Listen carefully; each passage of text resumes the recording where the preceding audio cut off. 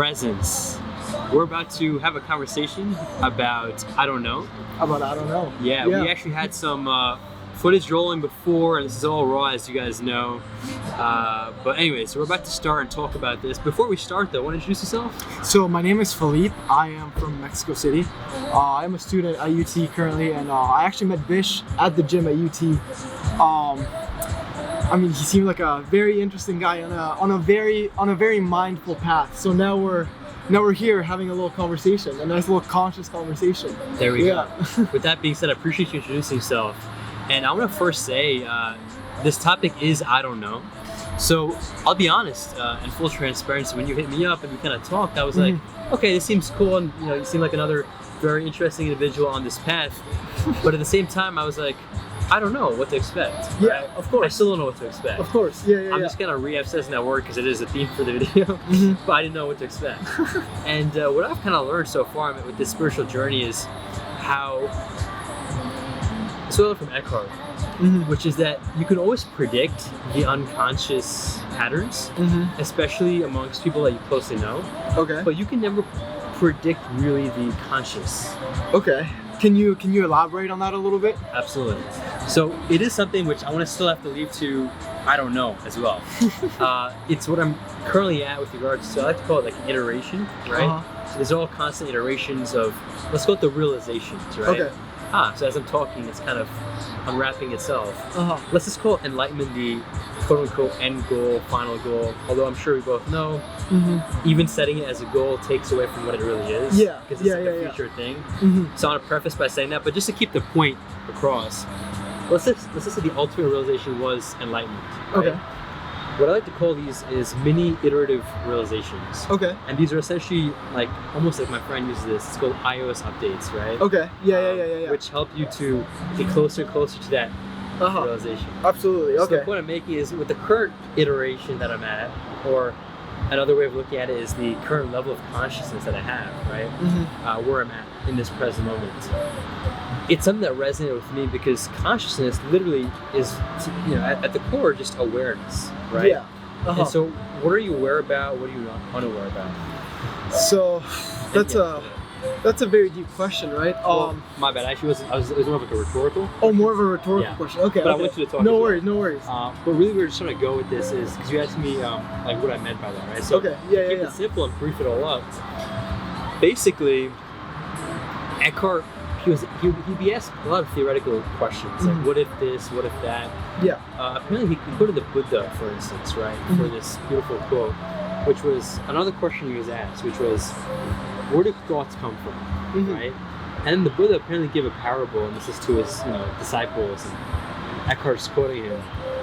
Basically, the Buddha said, when you're struck with an arrow, are you going to question where the arrow came from, or are you going to focus on removing the arrow? Yeah, right? yeah. So the same thing applies to questions or thoughts, even, right? Absolutely. Maybe not questions, but thoughts. My bad. So the point is to realize, you want to first get rid of the thoughts before you focus on where do they come from. And Yeah. So that was the first rare instance where I had seen him kind of answer a theoretical-ish question.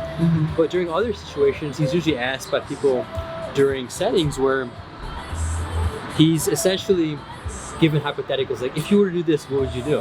And he basically keeps it simple and just says, I don't know what I'd do. Yeah. Because I'm not in that situation. Exactly. Yeah. And it's out of my awareness. Yeah. So obviously when you're in the situation, you're aware of that. Yeah. Is the only time you can actually say what you can do. But beyond that scope, it's an I don't know. Yeah. Would love to hear your thoughts on that. I mean, I agree with that completely. I mean, our decisions are entirely based on what the environment around us is, right? Like if we're in the jungle trying to fish, our behavior is going to be entirely different than if we were in our house getting fish from the fridge, right? Like it's completely different. And a lot of times people ask, well, like, what would you do if you were in my situation, right? Asking for advice.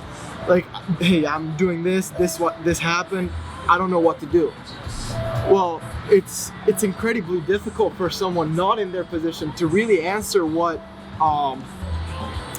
they should do or what the best course of action is, because it's simply unknown what all the little circumstances, all the little nitty-gritty details. They could make such a large difference that it's just very difficult to tell, right?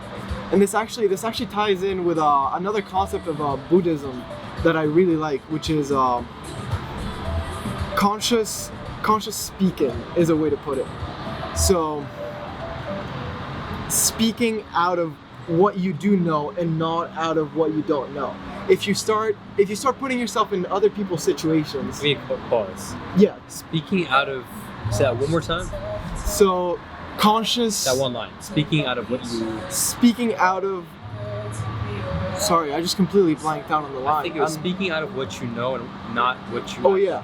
Right? Speaking out of what you know and not out of what you don't know. Right. Okay. Speaking out of what you are currently aware of and not out of speculation, right? Yes. Because truth cannot come from speculation. It could be close to the truth, right? You could hit a concept that is similar to the concept that we're trying to get at, but if you don't know the entire picture, then how can you even process it into a different answer if you don't know everything that comes into play, right? So it's a very difficult thing for, especially in today's society, since we're so caught up in, you know, especially like social media, the internet, all that. We're always being bombarded with this information, and we're always so quick to make assumptions about other people's lives, about how other people are so successful, meanwhile I'm not successful. What goes into play? Well, you don't know.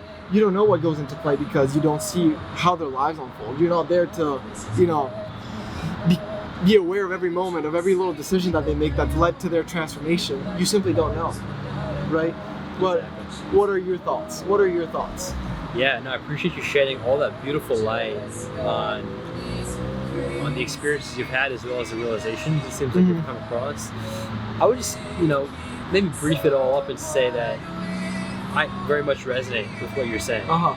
It's very simple, right? It's like, literally, to keep it simple, because I know we both talked a lot, and it might seem a little, you know, out there, right? Yeah, these are very difficult concepts to talk about because a lot of the times they're concepts that can't be put into words. Exactly. Yeah. Exactly. It's very tricky. It's what I was telling actually Philippe. Mm-hmm. So I was telling Philippe before, which is, it could be, and this is again back to the whole I don't know. Literally, I don't know. It's such a beautiful thing to say that this could potentially just be out of the mind, right? So absolutely, yeah. The mind has it's had this kind of whole pop. So the mind, it's a tool, and yes, it could be a fabrication, as you mentioned, based off of the neural activity in the brain and so on, right? Yeah. It still has a certain level of awareness. Absolutely. Right? Okay, let me ask you a question. Sure. How would you differentiate awareness from consciousness? Sure. Before I get to that, I'm going to finish this, but I go for it. So the mind itself has a certain level of awareness, or the brain, quote unquote, right? So this is the brain, the mind, the awareness is this much, right? Now, let's just say this concept, quote unquote, of what we're talking about is like here, right? Yeah. Outside. So it literally cannot be comprehended by this. Yeah. This can stretch as much as possible, but there's a finite limitation. Yeah, there's literally a physical capacity that your brain has. Exactly. Yeah, absolutely. So that's just kind of the little scope that I had and kind of take I had on that. But really, to keep it more brief, at least on this end, I think though, it's almost like this. I'm having these pops that I'm just sharing with you. Yeah, right? Of course. So it's on the fly, literally. I haven't planned Of course. Right? Yeah. But it's literally like your brain is here. Now this is the consciousness, right? It's here. Although, as we both know, it's actually in both areas. But just for the sake of tapping into presence or tapping into awareness, it's out here, right? Yeah. You can't experience it. You can't explain it. But in order to transcend the dimension of the mind, or the brain in this case, or the physical, into this, let's call it like the, I'm sure you've seen the electrons, there's some like electronic effect where they've noticed, or is it photons or electrons, where they'll notice basically at once, it's like, I think quantum mechanics, and this is definitely out of the scope of my knowledge, so I'm just speaking out of the limited knowledge or awareness that I have, so don't mind what I'm saying, but I'm just really trying to get the point across, which is, there's this idea that electrons could exist both here and here at the same time. Yeah. And then based on where you know what I'm talking about, right? Yeah, the quantum theory, of course, Exactly. of course. So basically, what I'm trying to get at though is, in order to get from this brain to here, that leap, right, quote unquote, that only happens through the acceptance of I don't know. So by literally at this level saying I don't know, you're able to transcend the space and enter awareness. Absolutely. So that's just the little thing I wanted to share. I'm not gonna went to a little deep of a path, but I do want to answer your question. And well, actually, going off of your thought, I believe that we as humans, also, we quick think question. we know. Yeah. Do you believe or do you know? I believe because I cannot speak for everyone. I believe in the general, you know, idea of things, that humans think they know a lot more than they actually know. They think they are a lot more aware, a lot more conscious of what this life is, what the fabric of the world around us is, because we see it every day, we interact with it every day, of course, but we never really stop and ask, like, where does all this come from? Where does this thing in my head right now, the thing that's making all the decisions, the thing that's processing like all the world around me, where does that actually come from? I believe that nobody really has the answer. Of course, I can't speak for everyone. I don't know. Somebody could be entirely convinced that they know the answer, and for all we know, they know the answer. Yeah. But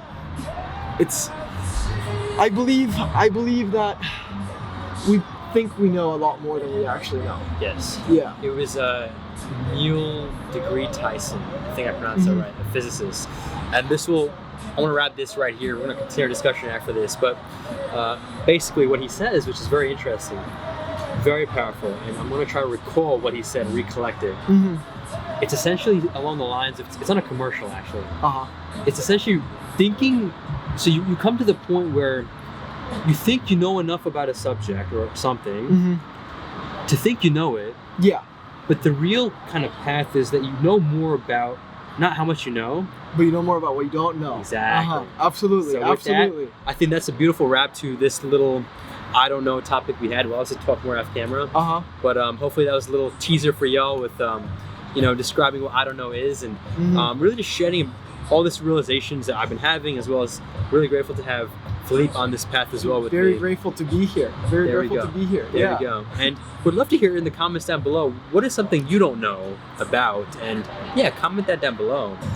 But that, let's just kind of wrap this up. I want to do this outro right now with you which is something I've kind of recently developed.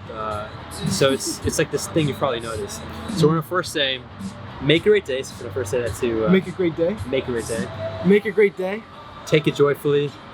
Take it joyfully. And then I usually close off with stay conscious, but we'll just say stay conscious for now. Stay conscious. And now I want to do a quick wrap up with something I just kind of popped today, which is presence. So we're going to say that together. Presence. Now let's take a deep breath in together. Exhale. Stay conscious.